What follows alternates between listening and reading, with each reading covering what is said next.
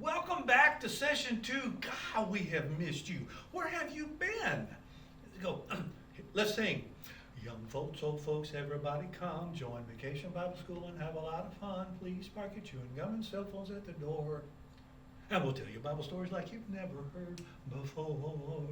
Okay, how do all great stories start? Same way. Once upon a time, there was this guy. And tonight, this guy just happened to be named Jesus. So, you kind of know the story of Jesus. He was born, raised, baptized. You've heard the stories in Sunday school as you went through there. Remember how we talked about last session, how Paul got crossways with the Pharisees? Well, Jesus really got crossways with the Pharisees, and they didn't like it at all. You want to talk about upsetting the status quo, the way things were? Jesus did it every step of the way. And I really kind of think Jesus had a little sense of humor, and he probably enjoyed pushing their buttons. And he did that a lot. But he got so crossways with him that the one thing that they wanted was for him out of the picture. And the way that they did that is they went to the Roman leadership and said, crucify this guy. We want him gone. Pontius Pilate, you remember Pilate? He was the boss at the time, and he says, man, there's nothing wrong. This guy has done nothing. I find no fault. And they go, nope, you get him out of the picture, or we're gonna complain to your boss, and your boss's boss, and your boss's boss. Something's got to happen. And so Pilate finally agreed to have Jesus crucified. Jesus had been telling his disciples, and anybody who would listen, he says, look folks, I am only going to be here a short time. Remember, his ministry was when he was 30 to he's 33. That's when he was crucified. He says, but when I am crucified, I'm coming back. I'm only going to be gone a very short time. And everybody's going, yeah, okay, whatever. A lot of folks didn't really understand that because they didn't know a lot about medicine back then. But what they did know is that when somebody's dead, somebody's dead. And there is no coming back from that. There hadn't been previously. But Jesus said, I'm going to make it happen. And so, on a Friday, he's crucified. Two guys named Joseph of Arimathea and Nicodemus take his body, and they take him to a tomb, and they prepare him as best they can. Roll a big old stone in front of it to block the tomb. Tombs were just kind of holes carved out of caves. And there were caves carved out of the little hillsides and rock. And so they would put a big stone in front of the tomb opening so that, number one, wild animals couldn't get in and tear up the body. Or in this case, they didn't want somebody coming in after Jesus was buried, stealing his body. And that was going to be a real issue. The religious establishment was so worried about that they put 100 of their finest Roman soldiers on guard and said, do not let anybody come and touch this body. They were concerned that Jesus' disciples would come steal the body and say, oh, look at there. He rose in 3 days, just like he said he was. So the Romans put 100 of their finest men out there, trained warriors. Nothing was going to happen there. They thought. So all of a sudden on Sunday, what we would call Sunday morning, all of a sudden at some point in time, the stories in the Bible, Matthew, Mark, Luke, they all have stories, and they all differ just a little bit. The story today talks about an earthquake, and the earthquake moves things, and all of a sudden this stone is rolled out of the way. Well, at some point in time, bright and early Sunday morning, because she could not prepare the body like she wanted to on Friday because it was just so late in the day, Mary and a few women come to the tomb because they're going to finalize preparations on Jesus' body. Well, when they get there, what in the world do they see? The stone is rolled away. There is an angel. I mean, it's just, this angel is glowing in the dark. It is white as snow. And just because it's very early in the morning, that angel really stands out.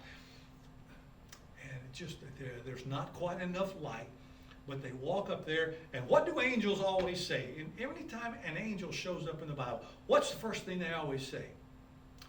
Do not be afraid, because let's face it, if you look to see an angel, wouldn't you just kind of be concerned about that? Do not be afraid. And the angel kind of looks at him and just goes, oh, and by the way, he's not here. I know that you have come looking for Jesus, but what did he tell you? He told you that he wasn't going to be here, and sure enough, he's not here. Now, the Bible, the Gospels in the Bible tell it a little bit different, and Mary is just beside herself. She thinks somebody has stolen the body. She thinks that maybe the Roman establishment, the guards, the Jewish religious leaders have taken the body away from them so that they cannot have any proof that Jesus may have resurrected. That is, Jesus rising from the dead. Of course, the Jewish leaders are now thinking that the disciples came in and stole the body. But how could 11 little old disciples get in past 100 of the fiercest Roman soldiers to do that? Matter of fact, when this angel shows up and is sitting there, the part about do not be afraid does not apply to the Roman soldiers, because they all kind of pass out. They are beside themselves. They faint in fear. It must have been hilarious to see these grown men just kind of laying out there. But the angel says he's not here. Go ahead, look if you want to. You can look, and that would be great, because if you need proof, you can see that he's not there. And Mary is just, she's crying. She doesn't know what to do. And in the very faint light of day, the sun hadn't yet come up yet. They've gotten out there very early, probably to beat the heat of the day and just to make good things happen out there. And she kind of sees out of the corner of an eye a guy standing behind by her shoulder. She thinks it's the gardener. And she just kind of turns to him. She really can't tell who he is because there's not enough light, tear stained. She's distraught. She's just thinking about other things.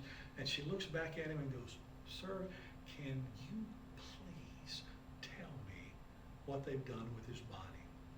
And this is my favorite part of the story, because at that point, Jesus, the gardener, that guy standing back over there, all he says to her, he calls her by name, and he says, "Mary."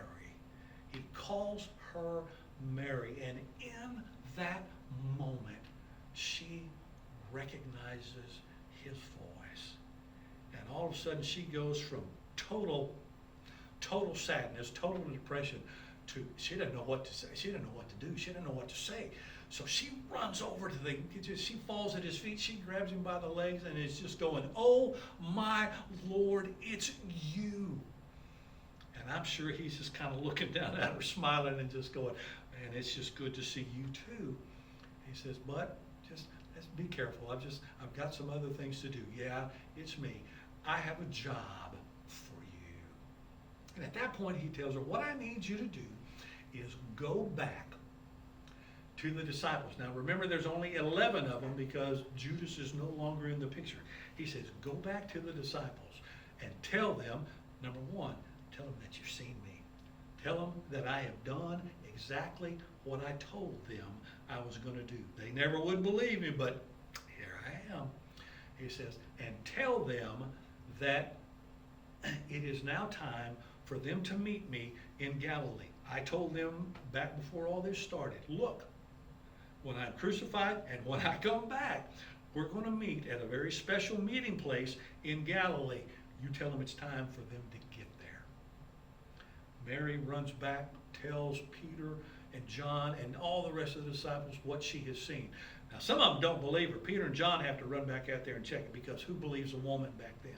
They should have, because when they got there, who's there? Nobody. And so they go back and say, "Boys, road trip, let's go. We're going to Galilee because we're going to meet Jesus just exactly like he told us to." And when they get there, who should be there? Oh my goodness, it's Jesus. He's sitting there waiting for him, and he just goes, I always picture Jesus as just very down to earth. And he goes, "Well, hello, boys. It's good to see you. I've been waiting for you." Just looking at his watch. He didn't have a watch. But just, "It is good to see you. I want you to know that I have missed you. I've been away from you, but good things are getting ready to happen. And so, of course, when the disciples see him, what are they doing? They are in awe. They are just incredulous that this has happened. And what do they start doing? They start worshiping him as Lord and Savior, as the resurrected Christ.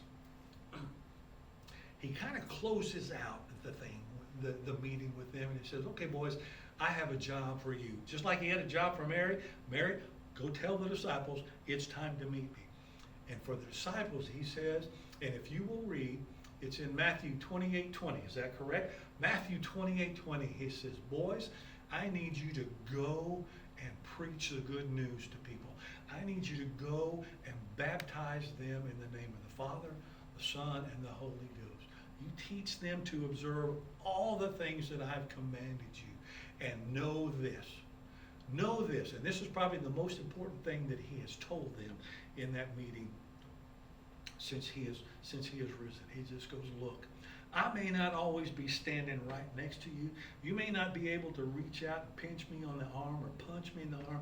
You may not be able to reach over there and hug me. He says, but know this, I will be with you always. Always.